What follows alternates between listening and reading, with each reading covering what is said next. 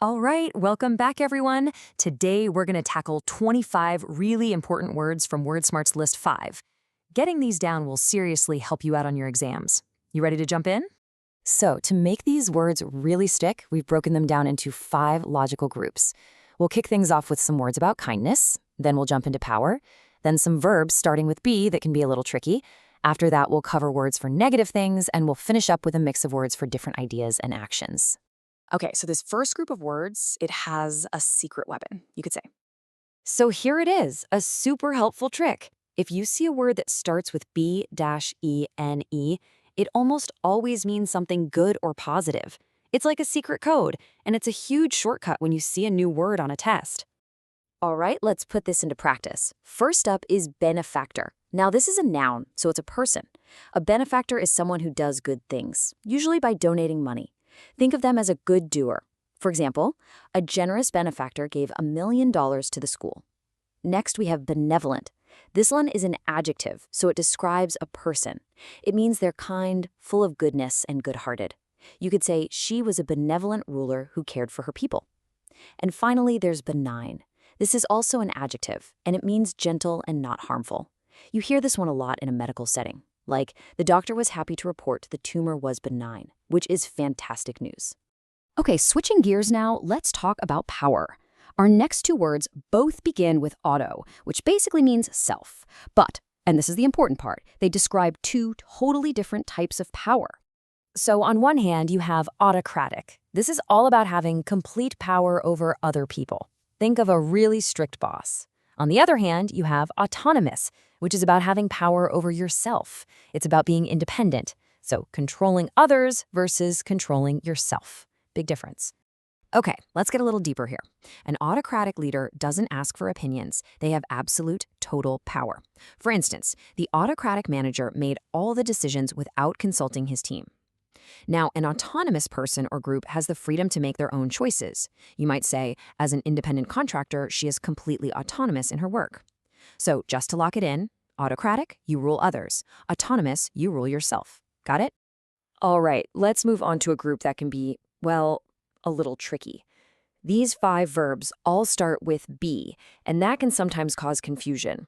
But stick with me, because we are going to make these super clear. So, how do you tell them apart? The secret is to look at the part of the word that comes after the be. When we put them side by side, you'll see the differences just pop out. So let's do it. Okay, first one, beget. Now this word is a little formal, but it simply means to cause something to happen or to create it. It's this idea that one thing leads to another. For example, you could say, violence begets more violence. Next up, belabor. You know when someone just keeps talking about the same thing over and over and over again until it's just too much? They're belaboring the point. You might say, I get it. You don't need to belabor the point. Okay, now beleaguered. To really get this word, picture an army completely surrounding a castle. They're attacking from all sides. That's the feeling of being beleaguered, surrounded by problems. But we use it for everyday stuff too. For instance, the CEO was beleaguered by questions about the company's poor sales. Now, belie. This is a great word. It's all about when something on the outside doesn't match what's on the inside. It's like there's a contradiction between how things look and how they really are. For example, her calm expression belied her extreme anxiety. And the last of our be verbs is belittle. And this one is easy because the clue is right in the word itself. To belittle someone is to use words to make them feel little and unimportant. For example, it's not fair to belittle his efforts even if he didn't succeed. All right, moving on to our 4th group. And this section is all about words we can use to describe negative things, bad situations, feelings, or qualities. They're super useful for more precise writing. Okay, first up is avarice. And I want to be clear, this isn't just about wanting a new phone. Avarice is a really extreme, unhealthy love of money and wealth. It's a greed that takes over. You could say, the pirate's avarice led him to betray his own crew for the treasure. Next, belligerent. A belligerent person is basically someone who's always ready for a fight. They're aggressive, they're looking for an argument. And that makes sense because the root of this word actually has to do with war. For example, when the man became belligerent, the security guard asked him to leave. Okay, let's knock out these next 3 negative words. First, banal. Banal means something is super boring and unoriginal. Like, the conversation was so banal, filled with cliches about the weather. Next up is bane. A bane is something that causes you a lot of trouble or makes you miserable. You could say, my noisy neighbors are the bane of my existence. And finally, we have bereaved. This is an adjective we use to describe a person who is very sad because someone they love has died. For example, we offered our condolences to the bereaved widow. All right, we are on to our final section. This is a mix of 10 really useful words that will help you talk about all sorts of ideas, actions, and situations. So here's a quick peek at the last 10 words we're going to master. Now, don't get overwhelmed trying to memorize this list right now. We're going to break them down into smaller, much easier groups, I promise. Okay, first, augment. It's a verb, and it simply means to add to something to make it bigger or better. For instance, he took a second job to augment his family's income. Next, auspicious. If something is auspicious, it feels like a good sign, like good things are coming. For example, finding a 4-leaf clover was an auspicious start to her day. And austere.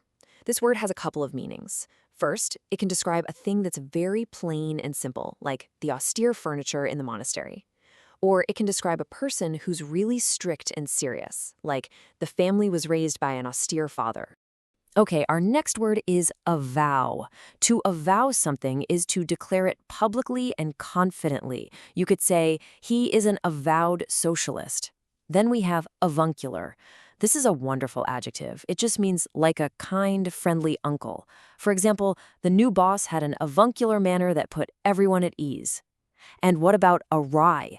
Well, if your plans go awry, they've gone wrong. They didn't turn out the way you expected. Like, our picnic plans went awry when a thunderstorm rolled in. And here we are, the final 4. Let's start with axiom. An axiom is just a rule or a statement that pretty much everyone accepts as true. For instance, it's a well-known axiom that you get what you pay for. Next, a bastion. Think of a bastion as a fortress, something strong that protects or defends an important idea. You could say, the university is a bastion of free speech. Then we have bequest. This is a specific kind of gift. It's something, usually money or property, that is left to you in a will after a person dies. For example, she left a bequest to her favorite charity. And last but not least, bemused. This means you're confused, you're puzzled. Now be really careful with this one. It sounds like amused, but it's totally different. Amused means you think something is funny. Bemused means you're scratching your head going, huh? For example, the strange riddles left him feeling completely bemused. And there you have it. That's 25 new words. You know, the absolute best way to make these words a part of your vocabulary is to actually start using them. So here's my challenge to you. Pick one of these words today and try to use it. Put it in a sentence, say it to a friend, write it down. Thanks so much for watching, and keep up the amazing work building your word power.